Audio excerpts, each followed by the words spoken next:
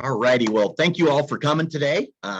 We are going to give you an update today, but we'd like it to be as interactive as you'd like it to be. So feel free to use the Q&A function to ask us questions as we go through. So I'm the interim vice president of HR, and I just wanted to give the introduction to this. So let's go ahead and go to the next slide, Brittany. All right. So the agenda for today is you've probably heard that we're making some changes to the retirement plans that are out there. And we wanted to give an overview of the committee's recommendations, how they got to there, the process they went through. Then we're going to talk about, what are the changes? What are the new investment selections? What are the new investment options? Then we'll also go through how's the transition process work? What's the transfer going to look like? What do you need to do? What don't you need to do? When do you need to do those things? And then we're going to hear from our partner Fidelity, and they're going to give an update on their firm, their contacts they've got, the great and amazing tools they've got, and all the help that they are going to be able to provide as we go through this process. We've got a few other presenters that are going to be with us today. We've got Gordon from Innovest. Innovest has been our consultant all along the way. They're experts in retirement plans and financial matters, and they've helped guide us through this whole process, and they're going to kind of go through the details of the whole process and the change. And then we've got both Sam and Stephen from Fidelity here. They are your points of contact. They represent CSU. There's a whole team of Fidelity that they'll give you the details about, but they're here today to share with you all the key items related to Fidelity. So next page, please. We understand a change like this may lead to lots of questions or confusion. We understand that. That's why we've got these sessions and all sorts of tools. And we are going to be here all along the way to help you with any questions or concerns that you've got. We have a very detailed plan, had a very detailed plan to get here, a 3-year process that we went through. And we've got a lot of steps all the way through this transition in June. However, we also are available for any one-on-one, so you can feel free to contact Human Resources here at CSU, our team, or Fidelity, Sam and Stephen, for any specific questions you've got at any point in time. So I just want to make sure you know that we're here outside of these meetings and these webinars. We are available at any time. So next. Who was involved in this? I think we mentioned a little bit. It was a big committee of folks. It was led by Joseph DeVerde. Joseph is a faculty member. He chaired the committee for 3 years. We had members from the AP world, the state classified world. We had our controllers. We had all sorts of folks. So suffice it to say, we had a very broad representation to ensure that we were looking out at the best interests of everybody involved. We also had Innovest that I mentioned. Gordon and his team were with us from the very beginning and helped guide us through this. They've done this dozens of times here in Colorado, across the country, for other universities, for large corporations. They're experts in this, and they were involved step by step with us.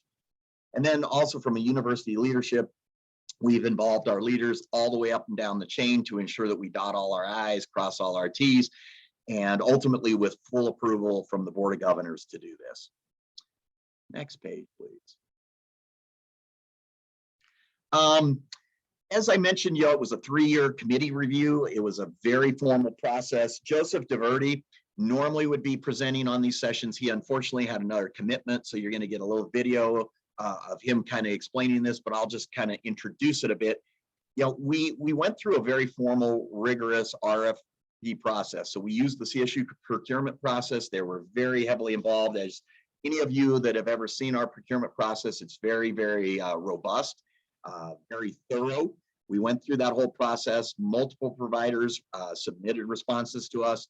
We went through that to ensure that we were getting the best overall solution for our employees and our students in terms of the best online tools, cybersecurity, the best fees, the lowest fees, the best investments. And we believe we've come up with a great solution based on that very competitive process. And we also believe we've come up with a much more simplified ability for you to manage your retirement, better tools, a better framework for making your decisions, much more clarity and visibility toward any fees you're paying. And hopefully you'll see significantly reduce fees pretty much across the board. So it was a very good process, led by a faculty representative, but representatives from all the various constituents. And with that, I think we're going to turn it over to a short little video from Joseph DeVerde, just kind of give you his impression of the overall process.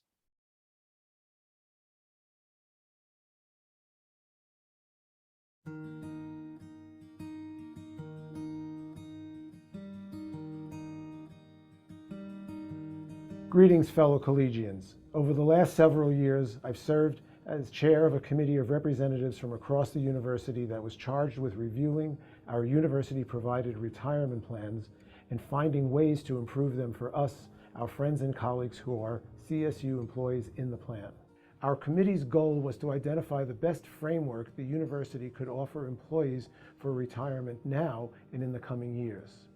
After literally years of work, some changes to these plans are finally being announced that will maximize our investment opportunities and save us money. Over the next several months, changes will be made to retirement plans for our faculty and staff. This is part of the ongoing stewardship of employee retirement assets.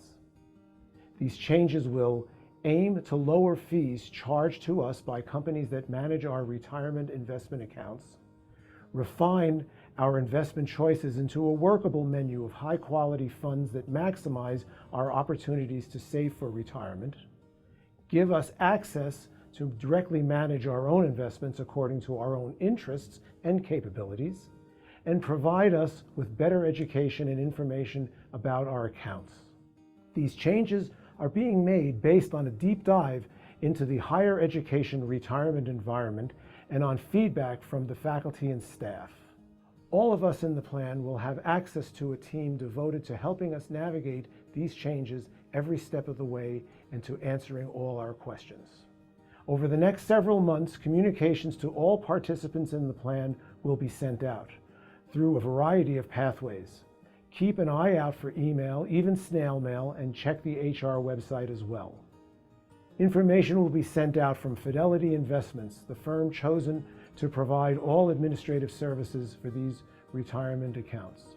Please take a moment to review the information shared with you in the coming weeks and check out the timeline and the FAQs. Thank you very much.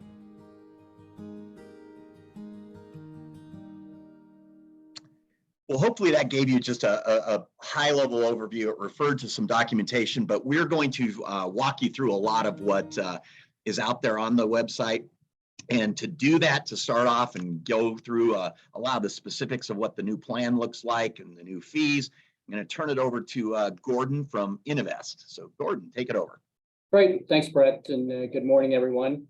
As noted, my name is Gordon Toole. I'm a partner in a Denver-based retirement plan consulting firm called Innovest Portfolio Solutions, and really here today to help you understand the process of moving from TIAA to Fidelity for the CERP plan. And I'm going to discuss really the investments that will be available to you on a go-forward basis and how those investments were decided on. Talk about the transfer process a little bit as the plan moves from TIAA to Fidelity, and then ultimately talk a little bit about fees and then sort of the restructuring of fees on a go-forward basis. And we just move into the next slide. The university has formed a formal investment committee that will work on the investments within the plan on an ongoing basis. So this committee did a lot of upfront training as the committee was brought together, understanding their fiduciary responsibilities, understanding the investment world, and ultimately spent many, many hours looking at a variety of investments and making those decisions for the investments that will be offered in the structure at Fidelity. Of note, these will be well beyond Fidelity investments, a number of different firms that will be available, funds through a big variety of firms. I'll touch on that a little bit more a little bit later, but we would say a very good structure as far as the committee has been put into place to work with the investments within the plan on an ongoing basis. A little bit about Innovest on the following page. We are a registered investment advisor, really meaning that when we work with plans like the Colorado State University CERP plan, we have to act in the best interest of plan participants. We are a fiduciary to the plan, and in turn, a fiduciary to you, the participants in the plan. Of note, we were selected by the university through a procurement process. And as a registered investment advisor, we are totally independent. We do not sell investment products. We don't receive revenue from investment products. We really only receive revenue from the clients for our consulting advice. So we are purely conflict-free and sit on the same side of the table as you as we look to put together that investment menu on a go-forward basis, and would say that we use a very rigorous and disciplined investment process as we look to build that investment menu that'll be available to you in the new structure of the SERP at Fidelity. As we think about that process, the following page really lays out some of the criteria that we look at. And we tend to look at the criteria around these funds that will be available to you from both a qualitative aspect as well as quantitative, both really being important in many cases, those qualitative aspects, leading to our belief that these strong qualitative aspects can lead to really strong future performance. So as we think about those qualitative aspects, it really is the organization that's managing your money, and the strength of the organization, the focus of that organization, the culture of that organization, all very important to their future success. We like to look at the individuals that actually manage your money. What is their experience? What's their tenure? What's their education? What kind of support do they have within that organization? We also look ultimately to some of those quantitative factors, such as the investment performance and risk of those funds. And ultimately also want to look at reasonable fees. Every dollar that goes to one of those funds or money managers is a dollar that doesn't stay in your account for your future. So very important to continue to look at those fees on a very much an ongoing basis. As we think a little bit more about the structure of the funds that will be available to you as we move forward, will be in a two-tier structure. Tier one is where participants can really get help. If there's no interest in trying to build your own account, if there's no interest in being very, very engaged, tier one can really help participants. They're what's called target date funds.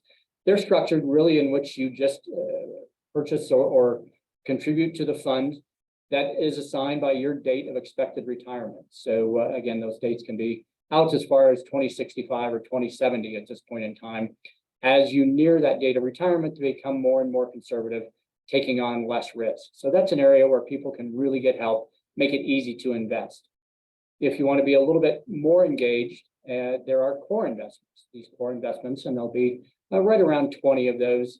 Again, a little more detail, very specific investment style or category of those core investments. And then you really pick and choose and build your own account of the risk return profile that you prefer. These investments will continue to be reviewed on an ongoing basis. And on the following page, we touch on that criteria. Again, these are the very similar criteria that we use to select those investments. So that investment committee that we noted at the beginning of the presentation, it's going to meet quarterly and really review ongoing items on that. So we'll review if there have been manager turnover. So if there has been a change in the team that's managing your money, we want to know that. If there's been a change in the organization, if there's merger or acquisition activity or issues with the firm, we will review that on a regular basis. We're going to review the process and philosophy that investment manager uses to purchase securities that go into each particular fund on an ongoing basis. We want to make sure that they're true to their style and stay consistent to their style of investing, so your account is invested truly properly. Again, we're going to look at that performance on a very regular, ongoing basis. Long-term performance is ultimately very, very important to us. We do know that in the short term, there can be some struggles, but ensuring that long-term performance is very, very good. And then again, we're going to be always looking at those fee structures and looking for fee reduction opportunities, ensuring that those costs are very reasonable for you.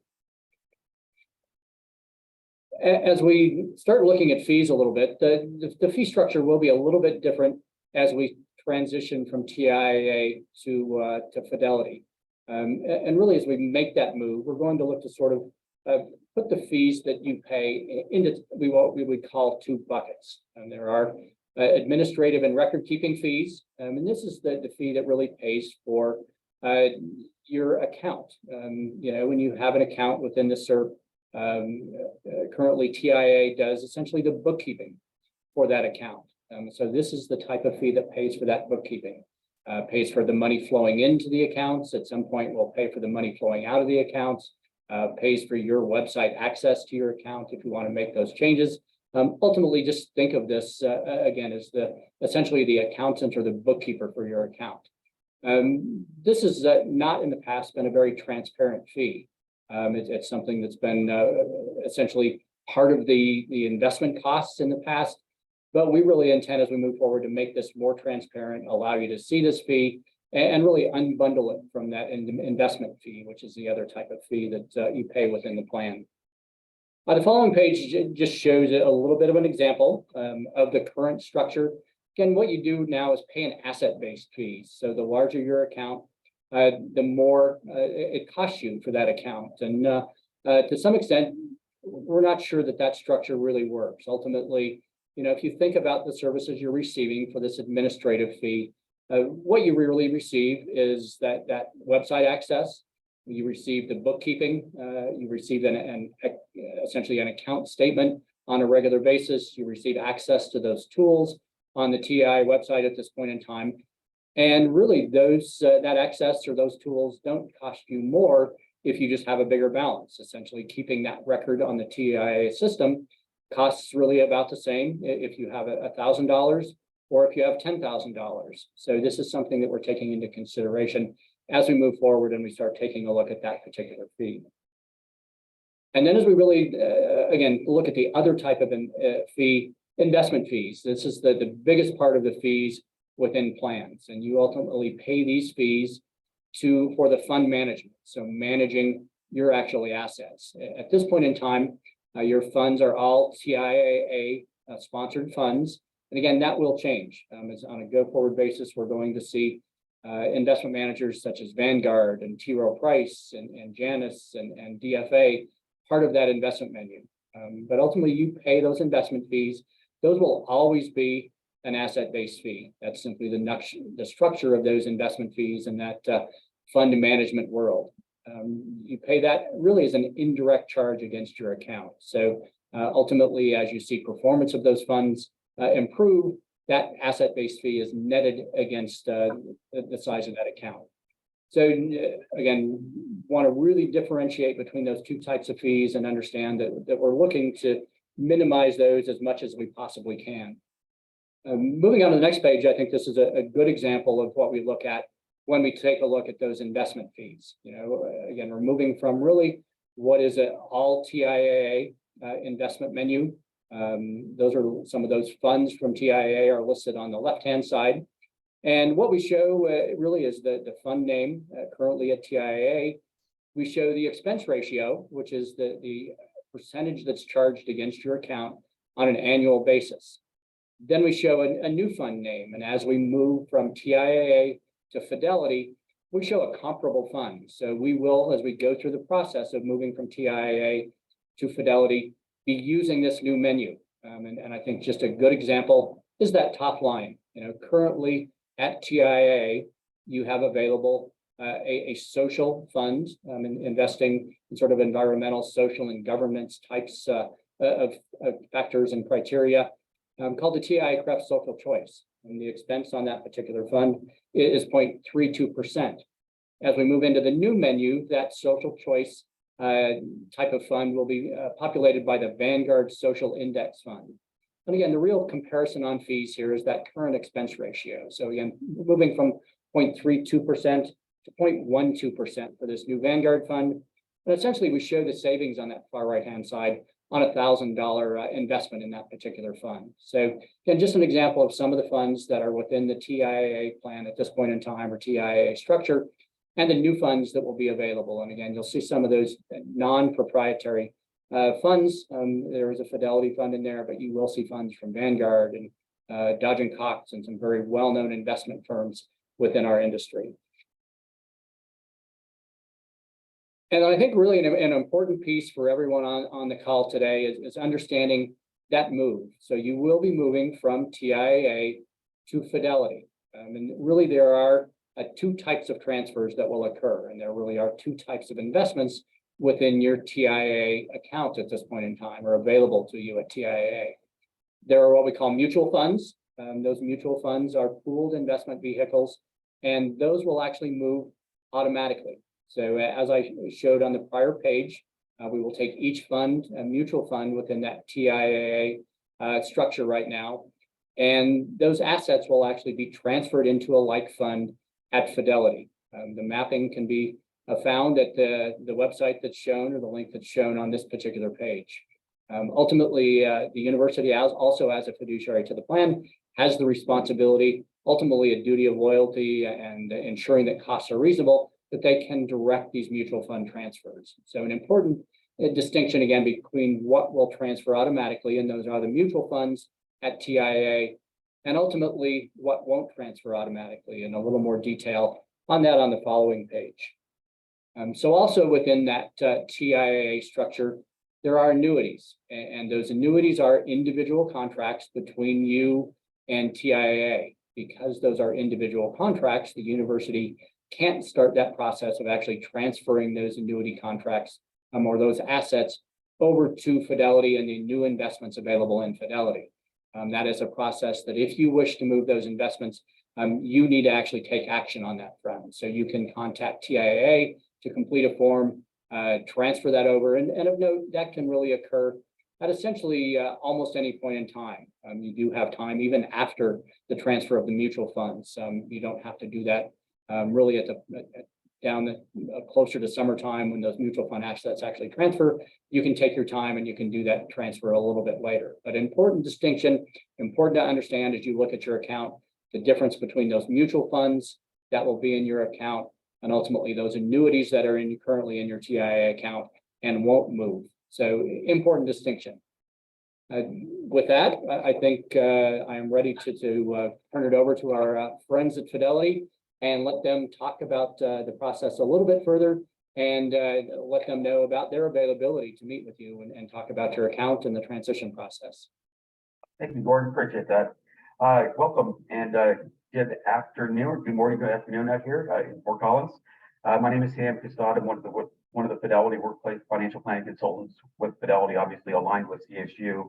I've been with Fidelity for over 17 years and aligned with CSU for just over 13 years. I also have members of my team on the call, both of them named Steve, and they're both here to help participate as well. And we all work in the same orbit here to serve you guys best. Our job at the end of the day really is help you and your families and everybody in your orbit become better investors. And whether that's just with your CSU plans or other financial kind of goals or ambitions that you might have, we're here to help you as little or as much as you need. With that being said, let's kind of cover some of the bullet points of what we're talking about today. One, we're going to talk about Fidelity, talk about our team, the transition, which Gordon really eloquently laid out already, but we'll talk some more detail on that, how we can help in various facets, and at the end, we'll take Q&A. As far as Fidelity is concerned, many of you probably have already heard about Fidelity or have used Fidelity in the past, or have personal accounts with us, or a spouse or family members use us. And 1 in 4 households in America currently have a Fidelity account, which is a pretty big number that we're very proud of. We've been, around since 1946, so basically the World War II era. And one thing I just always have found very, prideful about, or just something that's really interesting that kind of separates Fidelity from a lot of the other folks out there, is the fact that we spend over $3 billion a year alone in technology and security, especially over the last 10 years. It's increased from there. What that basically means is that we take security of your accounts, technology, the latest apps and gadgets and things that make your life a little bit easier, extremely seriously. And we've won all kinds of awards for that. And I take a lot of pride in that. I mean, I've even seen some of our senior leadership on like CNBC and business channels being interviewed, and often refer to us as a technology company first and an investment firm second. But most people would think the opposite. But behind the scenes, we do spend a lot of time and energy in the tech sector to help your lives become a lot easier using our tools, resources, and guidance. As far as where we stand in what's called the tax-exempt market, we've been working in this sector for a very long time, which would be the police, fire departments, universities, hospitals, and nonprofits like the Olympic Committee, who we work with as well. Most of those plans usually are aligned with like 401A, 403Bs, like you guys are already currently participating in many cases, and 457 plans as well. The average Fidelity client in that space is, especially in the healthcare area and the university space as well, is roughly about 22 years. And most folks that bring Fidelity on, like what's happening today, 99% do not leave that relationship, and that's a very powerful statistic. Next slide, please. As you see here, there's me on the left, and there's Steve, my colleague, on the call here on the right. Both of us have been pretty much team leads when it comes to the in-person, face-to-face, and a lot of the virtual sessions we've done in the past and the present, and obviously going into the future. But I want to let you know that we have a much broader team than just me and Steve. Me and Steve are here to help you, again, as little or as much as you need in any capacity, but we have hundreds of folks that are based on the phones that are licensed just like we are to give proper and robust financial advice and assistance. We have other folks on our national teams and a lot of folks locally in our local offices that handle other types of big picture financial planning that we'll talk about here in a second.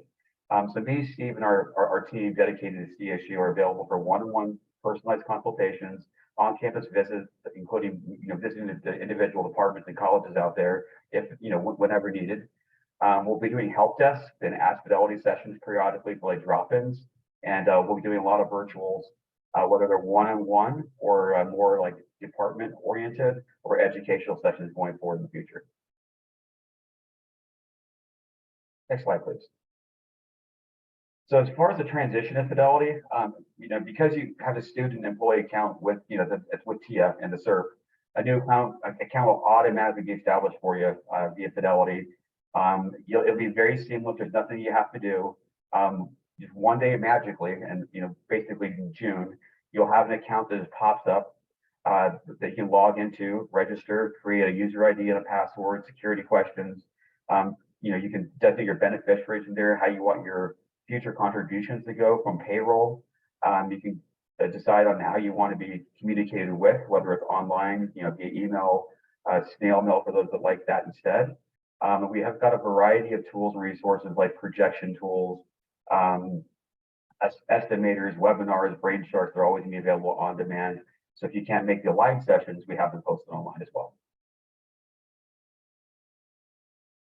And then as far as the CERP mutual fund contributions, the contributions that you already have currently going into the TIA prep funds will be mapped over automatically to the Fidelity equivalent or counterpart, or the, I guess you can say, upgraded version on the other side of the ledger there. That's gonna be all automatic. As far as having access to everything on our website, that's gonna be immediate. There's no need to be waiting for any sort of periods to utilizing those resources in the workshops and tools. From the website, also, you'll be able to schedule appointments with us either in person, virtual, or just through other channels that will be available to you out there as well. And like I mentioned before, we do have me and Steve and our dedicated team to CSU, but we also have a broad-based phone team that can do just what we can do right over the phone as well. And they're open from 6 a.m. to 10 p.m. Mountain Time, and we'll provide that number here in a second. In addition to that, we have a local office down there, like right near the corner of Horsetooth and College, which is a financial planning, a Fidelity Investor Center, we call it. And a lot of our students and faculty and just, retired and current employees and whatnot often use that office, not specifically for their CSU goals, but they can. But they often walk in there for things like opening a Roth IRA or a brokerage account or looking at what rates or CDs are paying, things like that. So you have all of these different pieces that you can work with under the Fidelity umbrella. Next slide, please. And if there's any slide here that you can actually, take for what might be the most important slide for future resources and updates, this is the one you want to screenshot or just take a picture of, because those two links right there, the myfidelitysite.com/CSU and the hrpolicy.edu site, that has everything that we're talking about on this call today, all up to date constantly. and it's even more in detail with more FAQs than we probably will cover on this call today. So I would just say if there's any slide you can take away for future use or bookmarking or screenshotting, this would definitely be the slide to do that. And obviously you can come back to us or HR at any time with any follow-up questions or personalized needs or goals that you want to get accomplished. As far as contacting us, HR is the top line right there, as you can see. And right below that would be Fidelity. We're all partners in this whole journey. You can talk to either one of our groups, any members of our team, as often as you need to get your goals accomplished. We're here to help you with just Q&A, here to help you with projections, here to help you with just more personalized things that you might not want to ask today in this forum setting. And just know that we're here to help you guys all along the way. And with that, I'll open up for questions. All right. Well, thank you all for getting through that. And as Sam said, we'll take any and all questions. We've got one in here. I'll throw this one out there and see if either you, Sam, or Stephen or Gordon. I only put money into the SERP during the summer. How can I contribute throughout the whole year? And does CSU put money in there as well? Might actually be Bill, or who can answer that one? I can help with that one, Brett. All right, Brittany. So the student retirement plan is a mandatory plan in lieu of Social Security contributions. So you can't voluntarily contribute to this plan. And for most students, for undergrads, you only contribute when you're taking less than 6 credit hours. And for grads, I believe it's less than 3 in the summer and 5 during spring or fall. So that's probably why you're only contributing in the summer. But you can't contribute outside of meeting those eligibility requirements. If you wanted to supplement your retirement, we do have voluntary plans available. So definitely reach out to us in HR. We can help you enroll in those that are available. And then what was the second question? Sorry. Does CSU contribute? Oh, no, we do not. CSU does not contribute as the employer to the SERP. All righty. I'm not seeing questions. We'll give it a minute or so and see if there are any other questions before we conclude this seminar. We got through that relatively quickly, but we'll wait another minute, just see if anybody's got any questions. And again, as we said at the beginning, if you have a specific question you don't feel comfortable asking it here, you are more than welcome to contact Fidelity or CSU Human Resources and set up a time to talk to us, and we can work through any and all questions that you have. Okay, we've got one. I have an older SERP TIAA CREF account that has about 20 of unrealized cap gains. After the transfer to Fidelity, will I be on the hook for the tax burden for the capital gain? 20 years of capital gains. So it's got cap gains in there. After the transfer, will I be on the hook for the tax burden? That answer should be a no, unless somebody else has a different response to that. Yeah, no, and there's no fees, taxes with the transfer. So there's always 2 things that are happening. One is your contribution. So in June, with your paycheck at the end of June, those contributions or your premiums that come in every month will go on. And then the transfer, your existing monies of 20 years that you've put in there, those will transfer over. If it's in the mutual fund, if it's in one of those annuities, you'll need to manually do that. And there's no taxes or fees associated with that. All right.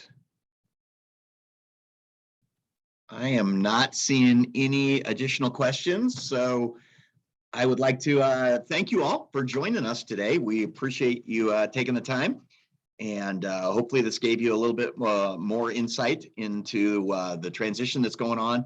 To continue to be on the lookout, there'll be a lot of communications still coming out with details on dates and timing and all the things that you need to be aware of, and continuing to answer questions that we get. So everybody have a great day, and appreciate you coming.